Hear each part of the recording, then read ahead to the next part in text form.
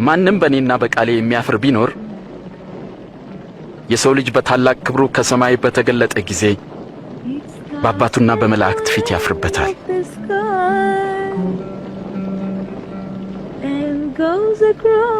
እውነት እላችኋለሁ በዚህ ከሚቆሙት የእግዚአብሔርን መንግሥት እስኪያዩ ድረስ ሞትን የማይቀምሱ አሉ። ራሱን ከፍ የሚያደርግ ዝቅ ይላል፣ ራሱን የሚያዋርድ ግን ከፍ ከፍ ይላል። ጌታ ሆይ ከኔ ራቅ፣ እኔ ኃጢአተኛ ሰው ነኝ። አትፍራ፣ ከእንግዲህ ሰውን አጥማጅ ትሆናለህ። ሰዎች ሲያሞግሷችሁ ወዮላችሁ፣ አባቶቻችሁም ለሐሰተኛ ነቢያት እንዲሁ ያደርጉላቸው ነበር። ለምትሰሙ እውነት እላችኋለሁ፣ ጠላቶቻችሁን ውደዱ፣ ለሚጠሏችሁ መልካም አድርጉ፣ የሚረግሟችሁን መርቁ፣ ለሚበድሏችሁም ሰዎች ጸልዩ።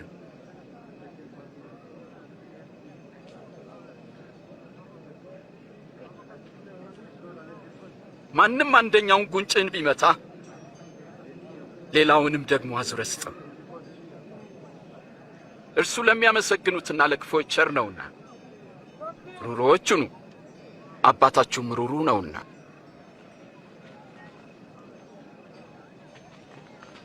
ኢየሱስ ሆይ አድነን።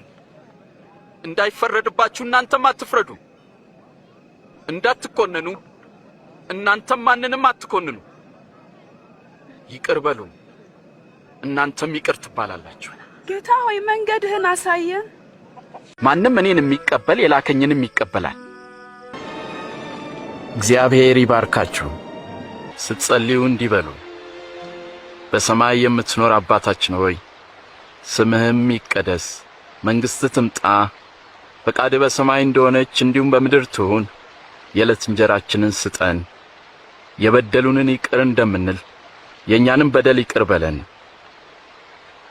ወደ ፈተናም አታግባን፣ ከክፉ ሁሉ አድነን እንጂ።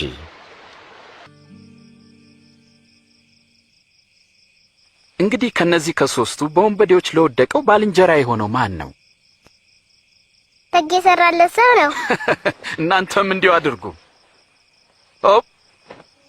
ሕፃናትን ወደ እኔ ይመጡ ዘንድ አትከልክሏቸው፣ የእግዚአብሔር መንግሥት እንደነዚህ ላሉት ናትና። እውነት እላችኋለሁ የእግዚአብሔርን መንግሥት እንደ ሕፃናት የማይቀበላት ሁሉ ከቶም ወደ እርሷ አይገባባትም። ማንም እነዚህን ሕፃናት በስሜ የሚቀበል እኔን ይቀበላል፣ ማንም እኔን የሚቀበል የላከኝንም ይቀበላል። ከእናንተ ታናሽ የሆነ ከሁሉም ታላቅ ይሆናል።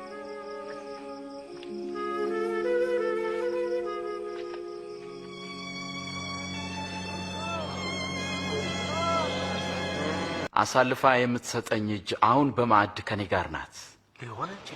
የሰው ልጅ እንደተወሰነው አልፎ ይሰጣል፣ አሳልፎ ለሚሰጠው ለዚያ ሰው ግን ወዮ። ሊሆን አይችልም። ከዳተኛውን ንገረን።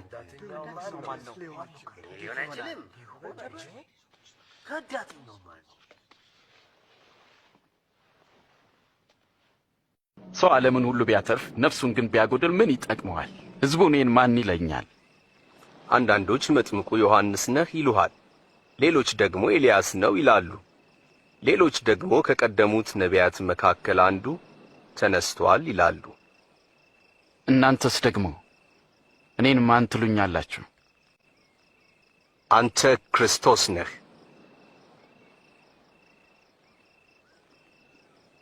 ይህንን ለማንም ሰው እንዳትናገሩ። የሰው ልጅ ብዙ መከራ ሊቀበልና ሊጣል እንዲሁም ሊገደል በሦስተኛውም ቀን ሊነሣ ይገባዋል። ጌታ ሆይ እኔ እከተልሃለሁ፣ ግን አስቀድሜ ሄጄ ቤተሰቦቼ ልሰናበት። ማንም እርፍ ጨብጦ ወደ ኋላ የሚመለከት ቢኖር ለእግዚአብሔር መንግሥት የተገባ አይደለም። ማንም በኋላዬ ሊመጣ የሚወድ ቢኖር ራሱን ይካድ፣ መስቀሉንም ተሸክሞ ዕለት ዕለት ይከተለኝ።